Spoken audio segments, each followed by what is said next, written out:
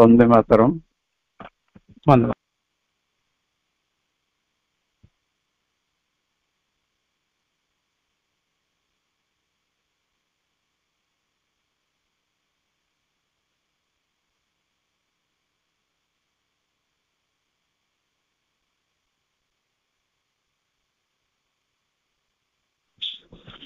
वंदे भाई मातरम। शुभुनी। हाँ भाई शुभ अपराह्न। ये अपराह्नर सघन नीरवता मध्य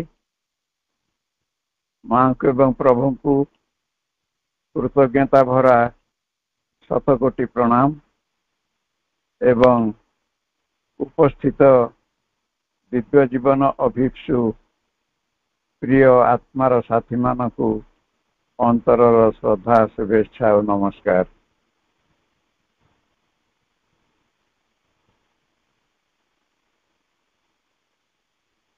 एक आध्यात्मिक परिवेश रे योगदान करी श्री अरविंदर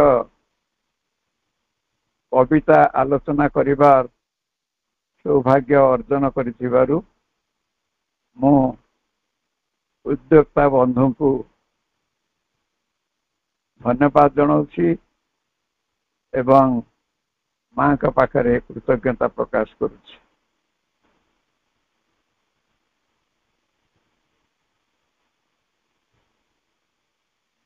এই ভଳି एक परिवेश मध्य जोगदेले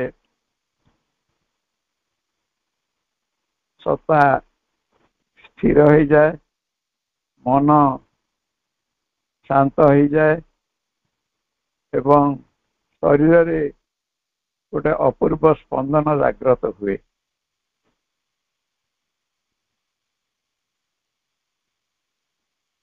तेणु माँ श्री अरविंदर पूर्ण जोग अनुसरणकारी जो माने सबू आमे आज एकत्र होइचे माँ का भाषा रे प्रभु को भाषा रे आमे पूर्व जन्म मानकरे मध्य एमिति तांकरी कार्य रे व्रती हेकिरि थिले एवं एई जन्म रे जे जोठी दूर अपरिचित थिले मध्य जेमिति अति परिचित भली लागंती माँ का भाषा रे आमे सबू गोटे परिवार रो ताहा होची आत्मार परिवार।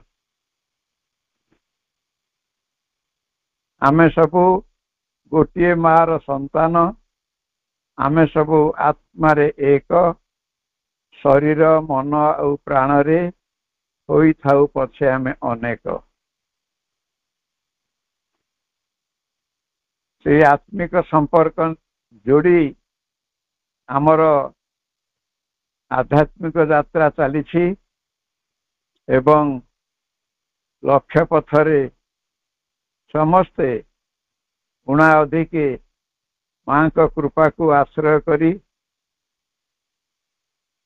अग्रसर होउछंती। आज कार्यक्रम रे रही श्री अरविंदर कविता कॉस्मिक स्पिरिट विश्वगत आत्मा संबंध रे आलोचना करिबा। श्री अरविंद को बुझीबा बहुत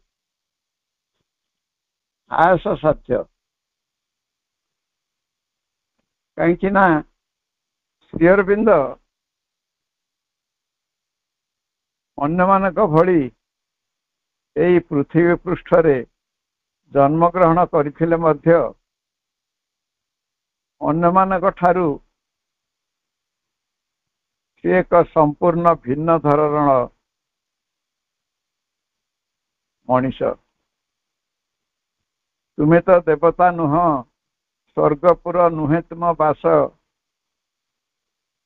ପଙ୍କର ପଙ୍କଜ ତୁମେ ଏ ମାଟିର ଆଗ୍ନେୟ ପୁରୁଷ। ଇଏ ହେଉଛନ୍ତି ଶ୍ରୀ ଅରବିନ୍ଦ, ଯାହା ଏପର୍ଯ୍ୟନ୍ତ କେହି କରିପାରି ନଥିଲେ। ସେ ଅସମ୍ଭବକୁ ସମ୍ଭବ କରିବା ପାଇଁ ଶ୍ରୀ ଅରବିନ୍ଦ ଧରାତଳରେ ଅବତରଣ କରିଥିଲେ। ପରମ ପ୍ରଭୁଙ୍କ ପାଖରୁ, ପରମ ସତ୍ୟଙ୍କର ପାଖରୁ ନିର୍ଦ୍ଦେଶ ଆଣି ତାଙ୍କରି ସିଦ୍ଧାନ୍ତକୁ କାର୍ଯ୍ୟରେ ପରିଣତ କରିବା ପାଇଁ ଶ୍ରୀ ଅରବିନ୍ଦଙ୍କର ଆବିର୍ଭାବ ହୋଇଥିଲା ଏହି ଧରିତ୍ରୀ ବକ୍ଷରେ। ତେଣୁ ଶ୍ରୀ ଅରବିନ୍ଦଙ୍କୁ ଜାଣିବା ସହଜ କଥା ନୁହେଁ। ତାଙ୍କ ଜୀବନୀ ସମ୍ବନ୍ଧରେ ଜୀବନୀ ଲେଖକମାନେ ଯେତେବେଳେ ତାଙ୍କୁ ପଚାରିଲେ, ସେ କହିଲେ, ମୋ ଜୀବନର 10 ଭାଗରୁ 9 ଭାଗ ବରଫ ପାହାଡ଼ ଯେମିତି ସମୁଦ୍ର ମଧ୍ୟରେ ବୁଡ଼ିକି ରହିଥାଏ ଏବଂ ଉପରକୁ କିୟଦଂଶ ଦୃଷ୍ଟିଗୋଚର ହେଉଥାଏ। ତେଣୁ ମୋର ଜୀବନ ସେମିତି 10 ଭାଗରୁ 9 ଭାଗ ଅନାବୃତ ହେଇକି ରହିଛି, ଆବୃତ ହେଇକି ରହିଛି। ତେଣୁ ଆପଣମାନେ ଯାହା ଲେଖିବେ, ଯାହା ରଚନା କରିବେ, ତାହା ଏଇ ପରିଦୃଷ୍ଟ ହେଉଥିବା ଗୋଟିଏ ଭାଗର କଥା। ତେଣୁ ମାଙ୍କ ଭାଷାରେ ଶ୍ରୀ ଅରବିନ୍ଦଙ୍କୁ ଯଥାର୍ଥ ଭାବରେ ଜଣେ ଜାଣିପାରିବ ଯଦି ସେ ଶ୍ରୀ ଅରବିନ୍ଦଙ୍କର ଶିକ୍ଷାର ଅନୁଗତ ହେଇପାରିବ ଏବଂ ତାଙ୍କୁ ନିବିଡ଼ ଭାବରେ ଭଲ ପାଇପାରିବ। ଏତିକି ସମ୍ବଳ ଧରି ଆମେ ଆଜି ପ୍ରଭୁଙ୍କ ପାଖକୁ ଯିବା। ଆଜି ତାଙ୍କର କବିତା ରଚନା କରାଯିବାର ଅଛି। ତାଙ୍କର କବିତା ସମ୍ବନ୍ଧରେ ତାଙ୍କର ଦୃଷ୍ଟିକୋଣ କ'ଣ ଥିଲା ସେଇଟା ଆମେ ନିଶ୍ଚିତ ଭାବରେ ଜାଣିବା ଉଚିତ। ଏବଂ କବିତା ପ୍ରତି ତାଙ୍କର କେତେ ଅନୁରାଗ ଥିଲା ସେଇଟା ମଧ୍ୟ ଜାଣିବା ଉଚିତ। ତାଙ୍କ ଜୀବନ କାଳ ଭିତରେ ରାଶି ରାଶି ଗ୍ରନ୍ଥ ସେ ରଚନା କରି ଯାଇଛନ୍ତି। ପ୍ରବନ୍ଧ, ନିବନ୍ଧ, ସମାଲୋଚନା କଥା ଏବଂ ପ୍ରଶ୍ନୋତ୍ତର ମାଧ୍ୟମରେ ବେଦର ଉନ୍ମୋଚନ କରିବା, ଗୀତା ସମ୍ବନ୍ଧରେ, ଜୀବନ ସମ୍ବନ୍ଧରେ ଏଭଳି ବହୁତ ଲେଖା ସେ ଲେଖିକି ଯାଇଛନ୍ତି। କିନ୍ତୁ ଆମେ ତାଙ୍କୁ ସେଇ ପର୍ଯ୍ୟାୟରେ ଦାର୍ଶନିକର ଆଖ୍ୟା ଦଉଛୁ, ଯୋଗୀଙ୍କର ଆଖ୍ୟା ଦଉଛୁ। କିନ୍ତୁ ଶ୍ରୀ ଅରବିନ୍ଦ କହନ୍ତି, ମୁଁ ଜଣେ ଆଜନ୍ମ କବି। ସେତିକି ମୋର ପରିଚୟ। ତାପରେ ଯାହା ସବୁ ପଛରେ ହେଇଛି ତାହା ସବୁ ହେଇଛି, କିନ୍ତୁ ପ୍ରକୃତରେ ମୋର ଆଜନ୍ମ କବିପଣିଆ ମୋ ଭିତରେ ମୂଳରୁ ରହିଛି। ତେଣୁ ଶ୍ରୀ ଅରବିନ୍ଦଙ୍କର କବିତା ଜଣେ ଯଦି ପଢ଼ିବ ତାହା ଏକ କାଳଜୟୀ ଅବସ୍ଥାକୁ ତାକୁ ନେଇଯିବ, ଏକ ଊର୍ଦ୍ଧ୍ୱ ଚେତନାକୁ ତାକୁ ଉତ୍ତରିତ କରି ନେଇଯିବ। ଶ୍ରୀ ଅରବିନ୍ଦଙ୍କର କବିତାର ଛନ୍ଦେ ଛନ୍ଦେ ପ୍ରତ୍ୟେକ ଶବ୍ଦ ପୁଞ୍ଜରେ ଚେତନା ବା ଶକ୍ତି ଭରିକିରି ରହିଛି। ଯେଉଁ କବିତା ସେ ଲେଖନ୍ତି, ଯାହା ସେ ଉଚ୍ଚ ଚେତନାରେ ରହି ଅନୁଭବ କରିଥାନ୍ତି, ସେ ଅନୁସାରେ ତାଙ୍କର कविता रचना हुए। आजिकार जो सनेटटी आमे पढ़िबा ताहार रचना काल होउछि 1930 रु 1950। आर पृष्ठभूमि को जदि जिबा 1926 मसीहा नवेम्बर 24 तारिख रे श्री अरविंद मध्य अधिमांश चेतनार अवतरण घटी जहाँकि श्रीकृष्णकर आनंदमय चेतना ताहा ही भित्ति प्रस्तर भित्ति स्थापन कला अतिमानसर अवतरण करने पई। जेमिति एरोप्लेन टी ओल्हेबा को हेले गोटे एरोड्रम र आवश्यकता रही। सेमिति अतिमानस आसिकरी कहा उपरे रहिबो ता पई एक आनंदमय चेतनार आवश्यकता थिला। ताहा श्री अरविंद लाभ कले। तापर से एकांत वास कले। 1926 परठारु मां का हाथ रे आश्रम रो भार देई 1950 मसीहा पर्यंत एकांत वास तांकर लागी रहिला। तारि भितरे अतिमानसर अवतरण घटिला एवं तारि भितरे से तांकर व्यक्तिगत चेतनार स्तररू ऊर्ध्व चेतना को उत्तोलित होई अतिमानस चेतना सचित आनंद मध्य को मध्य से उत्तोलित हो गले एवं सही चेतना स्तर रे जहाँ सबू तांकर उपलब्धि अनुभव सबू घटिला ताहा झरणा परी झरी आसिला तांकर मानस भूमि को एवं से मानस भूमि जरिया रे तांकर लेखनी मुन लेखि चलला तांकर कालजयी अनुभवर कविता सब। सावित्री रे अंतत उल्लेख रही अश्वपति पाखरे 3टी गुण एकाधार रे थिला। 3टी ज्ञान गोटे हूँ सेल्फ नॉलेज बा आत्मार ज्ञान व्यक्ति आत्मार ज्ञान गोटे हूँ वर्ल्ड नॉलेज विश्वात्मार ज्ञान आ गोटे हूँ ट्रांसेंडेंटल नॉलेज विश्वातीतर ज्ञान। ये 3टी ज्ञान एकत्र तांक सहित बास करुथिला एवं सी जेतेबेले ऊर्ध्व चेतना को उठी जाउथिले सेतेबेले से सेठी दिन हो जाउ नथिले विलय तांकर घटु नथिला।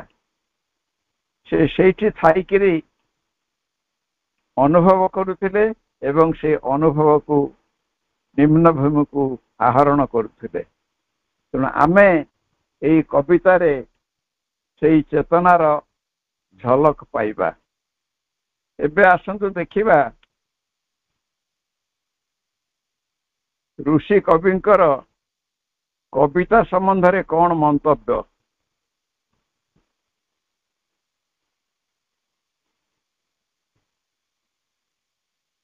से कहउचंती जे सत्य एक बौद्धिक धारणा किंबा तथ्यावलीर शुष्क वृत्तांत नुहे। यह एक आनंदर चिर आनंद प्रदानकारी सौंदर्य और लालित्यर एक परिप्रकाश। कवि बा संगीत अनुरागी मध्य सत्यर जने अन्वेषणकारी और प्रेमिक होई पारे। सौंदर्यर पूजारी होई पारे। से जने द्रष्टा और स्रष्टा। अंतरिक्षर निस्तब्धता मध्यरु शब्द साउंटी मानस पटरे तार रूप गठन करी लेखनी मुनरे अबा कंठस्वर मध्य देई ताकू से रूपायित करे। यह हृदकंदरु भावराइजरु झरी आसिबा निर्झरर एक छंदमयी प्रभाव। ପୂର୍ଣ୍ଣ ଯୋଗର ଆଶ୍ରୟକାରୀ ମାନେ ଏଭଳି କଳାର ଅନୁରାଗୀ ନିଶ୍ଚିତ ହେବେ।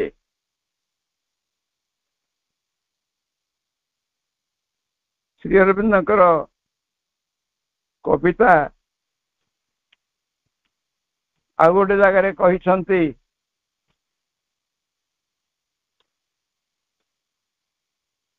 ଯେ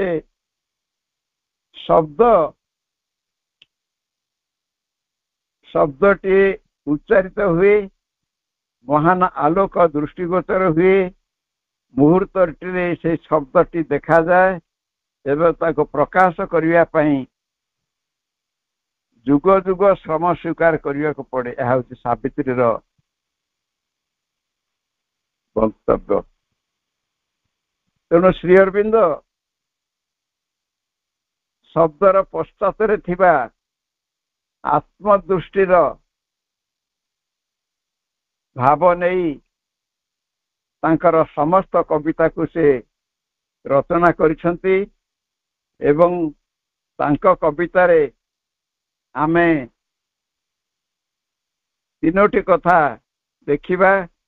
ଗୋଟିଏ ହେଉଛି ଚେତନାର ଛନ୍ଦ, ଗୋଟିଏ ହେଉଛି ଚିନ୍ତାର ବ୍ୟାପକତା, ଆଉ ଗୋଟେ ହେଉଛି ଆତ୍ମସତ୍ତାର ଅନ୍ୱେଷଣ।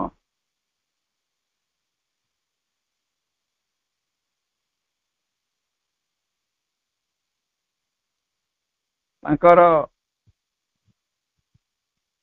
ଦେବତାର ଶ୍ରମ ଯୋଉ କବିତାଟି ତାଙ୍କର ଲେଖାଯାଇଛି, ସେଇ କବିତାର ଗୋଟିଏ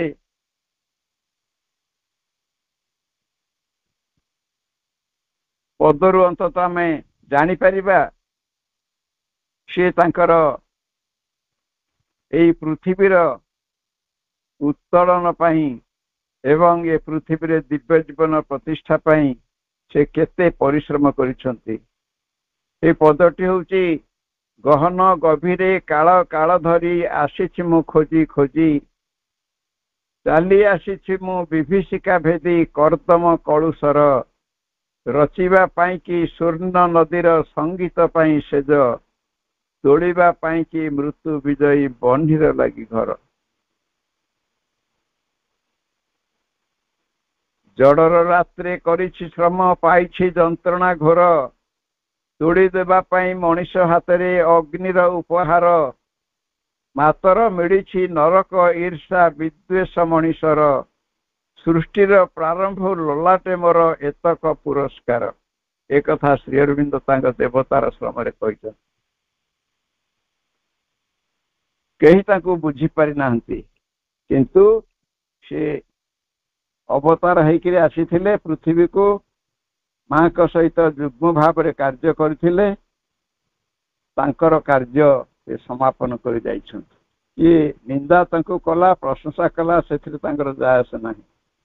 ସବୁକୁ ଏକାକାର କରି ସେ ତାଙ୍କ କାର୍ଯ୍ୟରେ ଲାଗିଛନ୍ତି। এইଭଳି ଆମେ ତାଙ୍କ ସମ୍ବନ୍ଧରେ, ତାଙ୍କର କବିତା ସମ୍ବନ୍ଧରେ ମତ ଜାଣିଲା ପରେ ଆସନ୍ତୁ ଆମେ କବିତା ମଧ୍ୟକୁ ପ୍ରବେଶ କରିବା।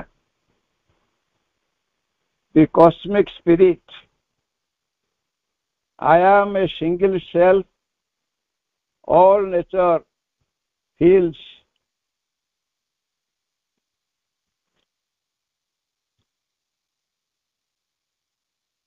Immeasurable, unmoved, the witness sits, he is the silence brooding on her heels, the circling motion of her cosmic mights. I have broken the limits of embodied mind, and am no more the figure of a soul. The burning galaxies are in the outline. The universe is my stupendous whole. My life is the life of a village and continent. I am Earth's agency, and her throbs of bliss. I share all creatures' sorrow and content and feel the passage of every step and kiss. Impassive, I bear each act and thought and mood. Time traverses my vast infinitude.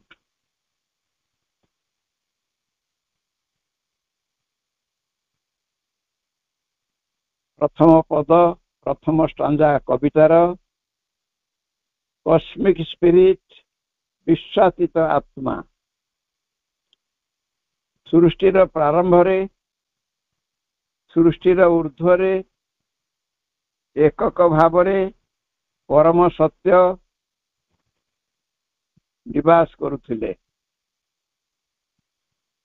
तांको मध्यरे सकल शक्ति निहित थिला सकल आनंद निहित थिला परिपूर्ण प्रेम निहित थिला परिपूर्ण चेतना निहित थिला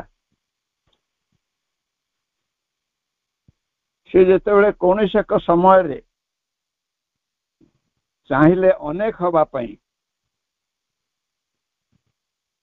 तांकरी ठारू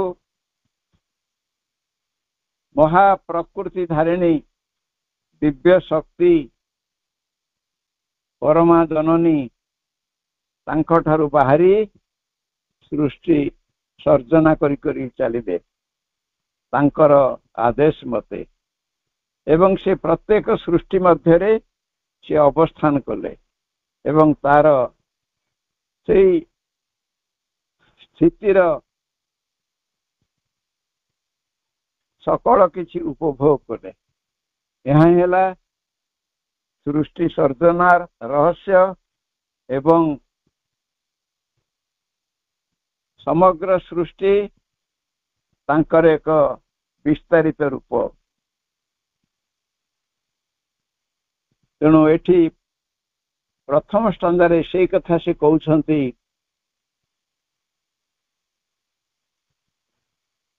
I am a single self all nature feels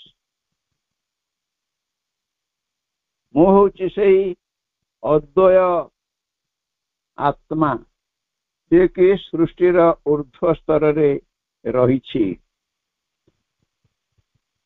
एवं ऑल नेचर फील्स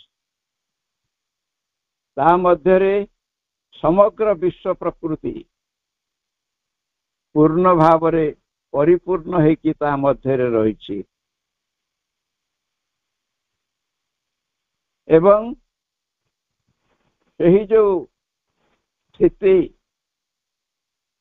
मु सिंगल सेल्फ टी है कि रहिछि ताहा होछि इमेजरेबल केही ताको मापी परिबे नाही अमाप अनमूव्ड अचल चलमान नुहे दि विटनेस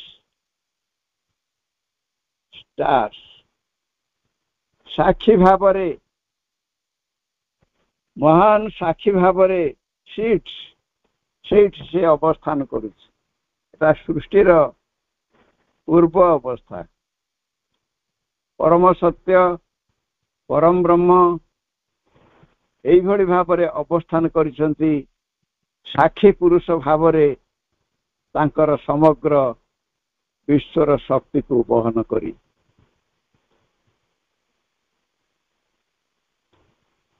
आउ तांकर गुण कौन ही the silence brooding on her hills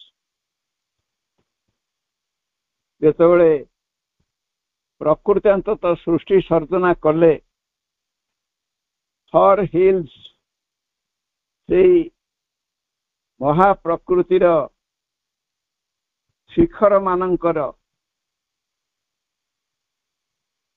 शिखर मानकर संबंध रे महाप्रकृतिर जो उच्चतर भूमि रे जो सर्जना हला सेथिरे परम सत्य सी कौन कले ना नीरव भाव रे ध्यानस्थ होकरी सही सृष्टि मध्य अवस्थान कले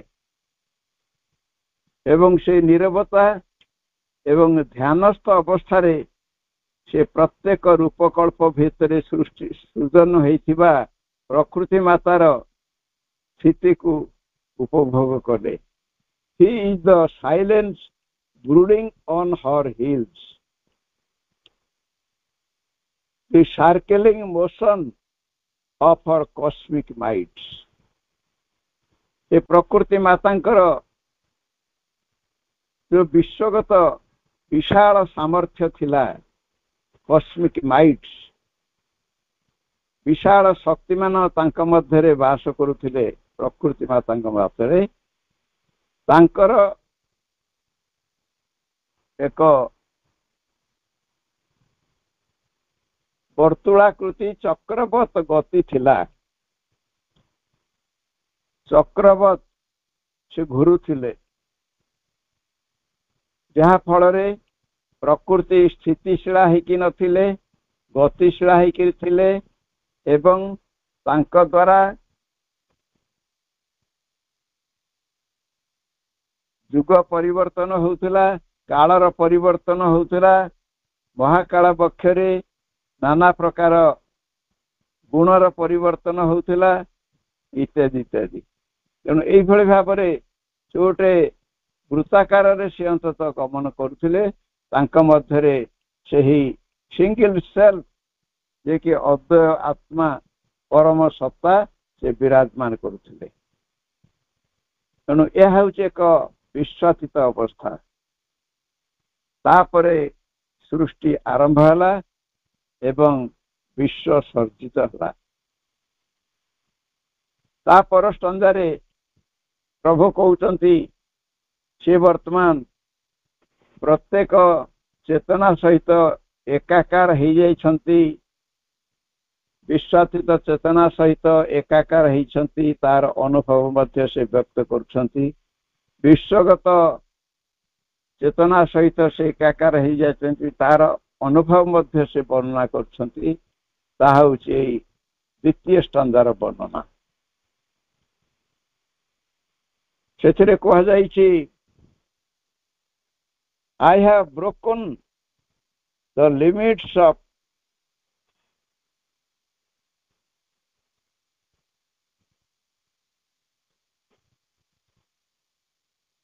embodied mind।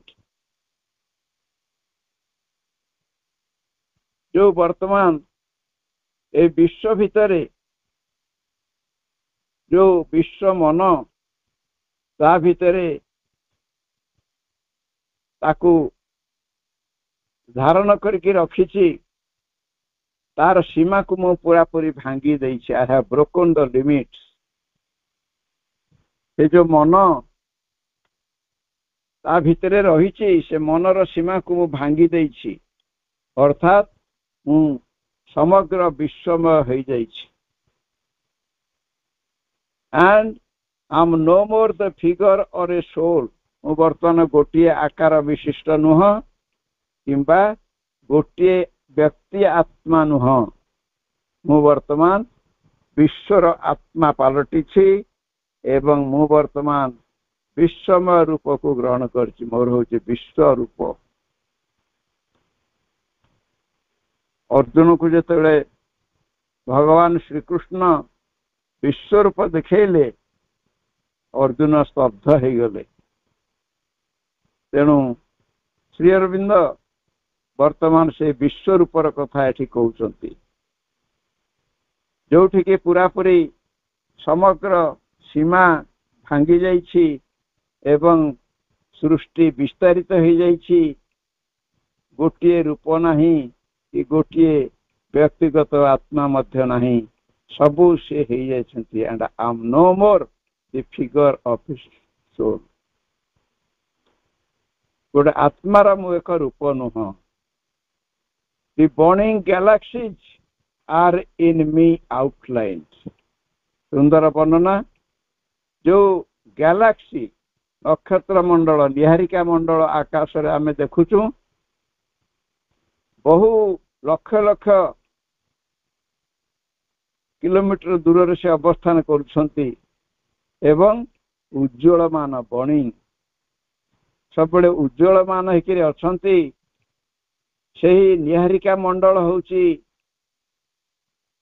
इन मी आउटलाइन मोर होची सीमा मु तांको पूरा पूरी बेष्टन करिकरी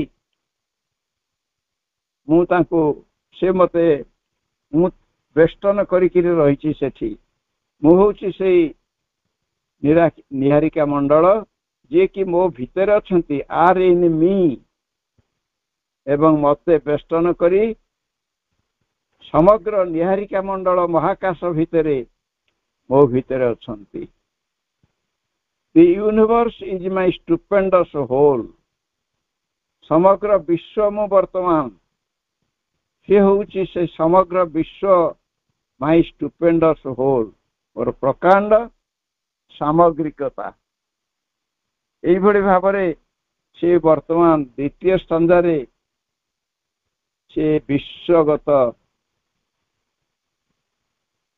एकिरे रहिछंती एवं से विश्वगत भावरे समग्र निहारिका मंडल तांक भितरे विराजमान करुछंती एवं समग्र विश्व प्रकांड भावरे से अंततः समग्र विश्वर रूप को ग्रहण करिछंती सेठी मनर सीमा नाही काल पूरा पूरी व्याप्त हो जाइए विस्तारित हो जाइए ए भली अवस्था तांकर तृतीय स्कंध को जीवा ताहा होची तांकर व्यक्तिगत चेतनार अनुभव आगुर आमे जानिछे तांकर तीन प्रकार चेतना तीन प्रकार ज्ञानर से अधिकारी थिले गोटे विश्वगत विश्वातीत विश्वगत एवं व्यक्तिगत तेणु आमे तांकर एई सनेट भितरे विश्वातीतर महिमा जानिले एवं विश्वगतर महिमा जानिले तापरे आमे तृतीय स्कंध को आसीबा ताहा होची तांकर व्यक्तिगत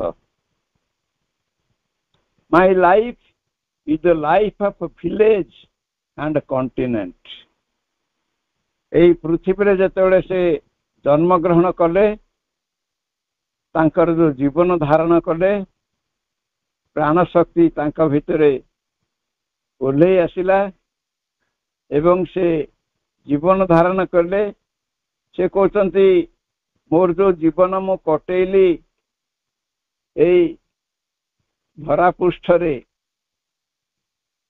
से जीवन टी होची गोटे गाँर जीवन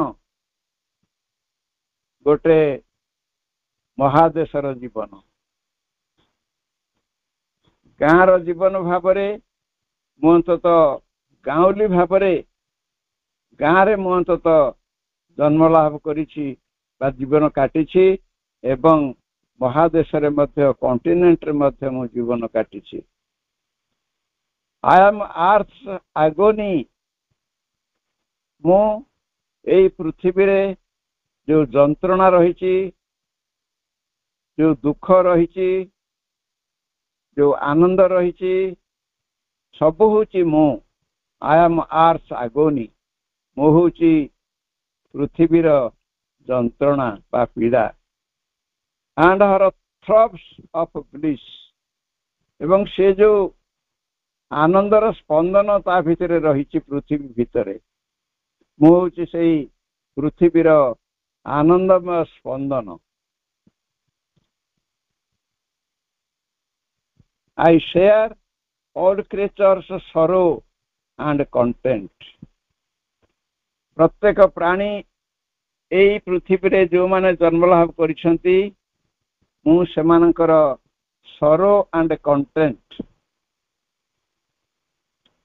एवं सेमानकर जो दुख शोक एवं तांकर आनंद संतोष ये सब को मु भागीदार होउछि तांकर सहित ता अर्थ पृथ्वी चेतना सहित से मिसिकी रहिछन and feel the passage of very stab and kiss, every stab and kiss। ଏବଂ ମୁଁ ଏଇ ପୃଥିବୀରେ ବାସ କରୁଥିଲା ବେଳେ କେତେବେଳେ ମୁଁ ବହୁତ ଆଘାତ ସହିଛି, କେତେବେଳେ ମତେ ଏଇ ପୃଥିବୀ ମାତା ମତେ ଚୁମ୍ବନ ପ୍ରଦାନ କରିଛନ୍ତି। ସେଇ ବାଟ ଦେଇକିରି ମୁଁ ଯାଇଛି, ମୁଁ ତାକୁ ଅନୁଭବ କରିଛି ସବୁବେଳେ। ଏ ପୃଥିବୀର ଦୁଃଖ ଯନ୍ତ୍ରଣା ସହିତ ମୁଁ ଅନ୍ତତଃ ଭାଗିଦାର ହେଇକି ରହିଛି, ତାର ଶୋକ ତାର ସୁଖ ସନ୍ତୋଷ ସହିତ ମୁଁ ମଧ୍ୟ ଭାଗିଦାର ହେଇକି ରହିଛି, ତାର ଆଘାତ ପ୍ରତ୍ୟାଘାତ ସହିତ ମୁଁ ମଧ୍ୟ ଅନୁଭବରେ ସେଗୁଡା ସବୁ ଆଣିଛି। ଇଏ ହଉଛି ମୋର ଏଇ ବ୍ୟକ୍ତି ସତ୍ତାର ସ୍ଥିତି। এইଭଳି ଭାବରେ ଆମେ ତିନୋଟି ସ୍ତାନ୍ଧା କଭର କଲେ। ତାପରେ ଆମେ ଯିବା ଶେଷ ଦୁଇଟି ଲାଇନ, ଯୋଉଟା କି ତାଙ୍କର ଉପସଂହାର।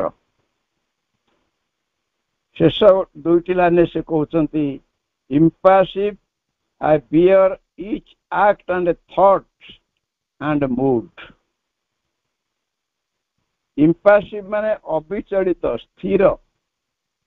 ମୁଁ କୌଣସି ଶେଷରେ କୁହାଗଲା ମୁଁ ଏ ପୃଥିବୀର ସବୁ ଯନ୍ତ୍ରଣାକୁ ବହନ କରିଛି, ସବୁ ଦୁଃଖ ଶୋକ ସୁଖ ସନ୍ତୋଷକୁ ମୁଁ ମଧ୍ୟ ଅନୁଭବରେ ଆଣିଛି, ଏଟା ଠିକ। କିନ୍ତୁ ତଥାପି ମୁଁ ଅବିଚଳିତ, ମୁଁ ସ୍ଥିର ହେଇକି ରହିଛି। ଆଇ ବିୟର ଇଚ୍ ଆକ୍ଟ, ମୁଁ ସବୁ ଯାକ କର୍ମକୁ ବହନ କରିକି ରହିଛି। ଆଣ୍ଡ ଥଟ୍, ସମଗ୍ର ଚିନ୍ତାକୁ ମଧ୍ୟ ମୁଁ ବହନ କରିକି ରହିଛି। ଆଣ୍ଡ ମୁଡ୍, ସମସ୍ତଙ୍କର ବିଜାଜ ତାକୁ ମଧ୍ୟ ମୁଁ ବହନ କରିକି ରହିଛି। এইଭଳି ଭାବରେ ରହିଛି ମୁଁ ସ୍ଥିର ଅବିଚଳିତ ହେଇକି। ଶେଷ ଲାଇନରେ କହୁଛନ୍ତି, ଟାଇମ ଟ୍ରାଭର୍ସେସ୍ ମାଇ ହଷ୍ଟ ଇନଫିନିଟ୍ୟୁଡ। ମୁଁ ଯୋଉ ପୁରାପୁରି ଅସୀମ ଭାବରେ ଅନନ୍ତ ଭାବରେ ଇନଫିନିଟ୍ୟୁଡ, ମୋର ଯୋଉ ଅନନ୍ତତା ଅସୀମତା, ତା ଭିତରେ ଯୋଉ ପ୍ରଚଣ୍ଡ ନୀରବତା ବିରାଜମାନ କରୁଛି, ଏଟା ମୋର ମୂଳ ଅବସ୍ଥା। ତାରି ଚାରିପଟରେ ମହାକାଳ ପରିକ୍ରମା କରୁଛି, ଟ୍ରାଭର୍ସେସ୍। ବର୍ତ୍ତମାନ ଟାଇମ ଟ୍ରାଭର୍ସେସ୍, ବର୍ତ୍ତମାନ ମହାକାଳ ବର୍ତ୍ତମାନ ମୋର ଯୋଉ ସ୍ଥିର ଅବିଚଳିତ ଅନନ୍ତ ସତ୍ତାର ଚାରିପଟରେ ପରିକ୍ରମା କରୁଛି। ତେଣୁ କାଳ ମତେ କିଛି କରିପାରିବ ନାହିଁ, କାହିଁକି ମୁଁ ହଉଛି କାଳାତୀତ।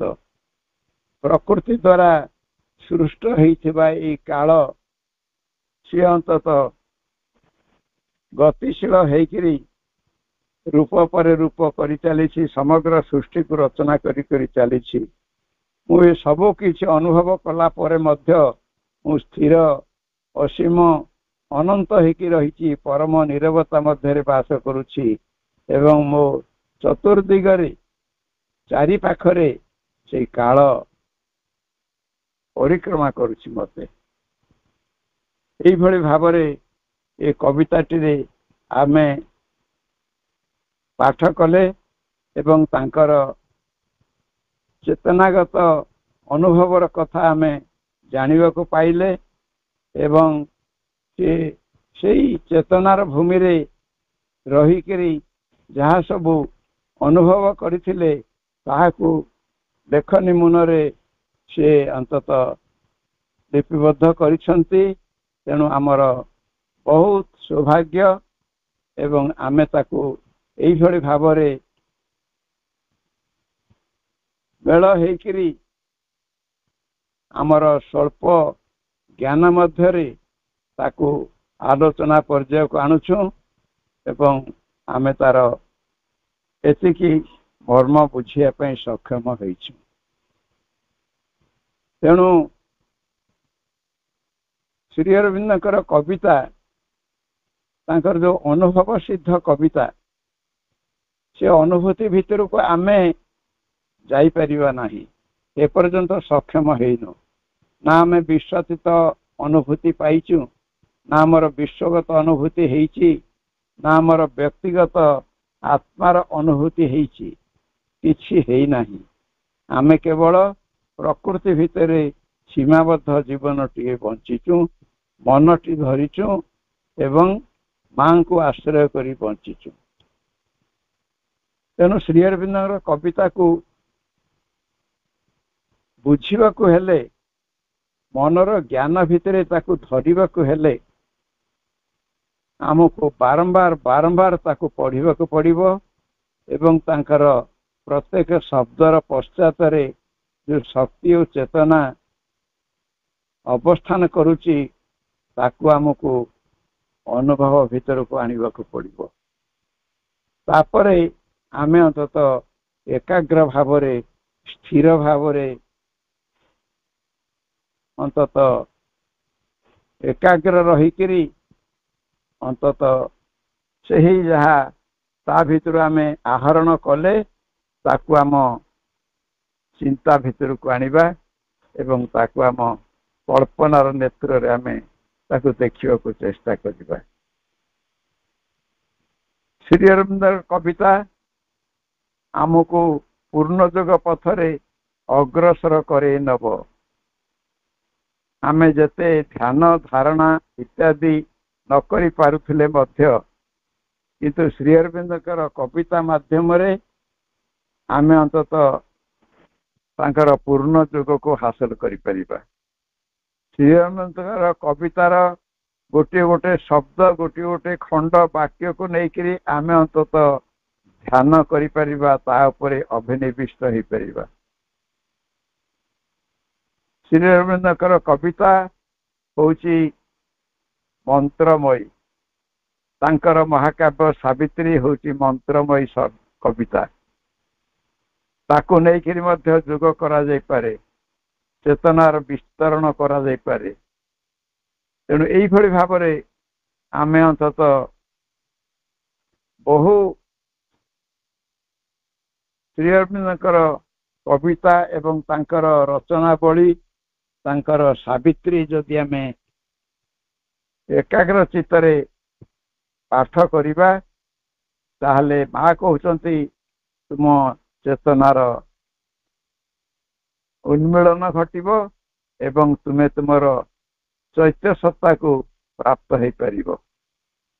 तेणु आमे एई भली भावरे श्री अरविंदकर कविता को नबा एवं आजिर ये जो आध्यात्मिक समावेश आम एकत्र होइछुं सेई समस्त को अंतत ये जो कवितार एतटी आलोचना भितर को आनिली ताहा अंतत पूर्ण भाव में तार आलोचना समाप्ति हो न पारे किंतु आमे ताकू ध्यानस्थ होकरी ताकू आमे ता उपरे अभिनिविष्ट होबा।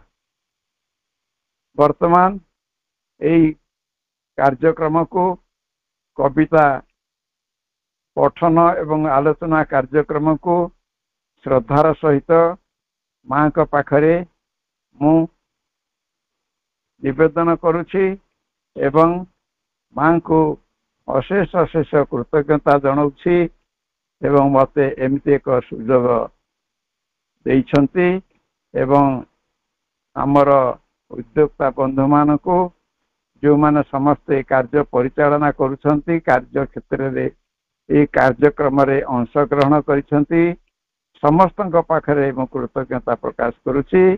एइठु मु अंतत वर्तमान मोर वक्तव्य संग करुछि।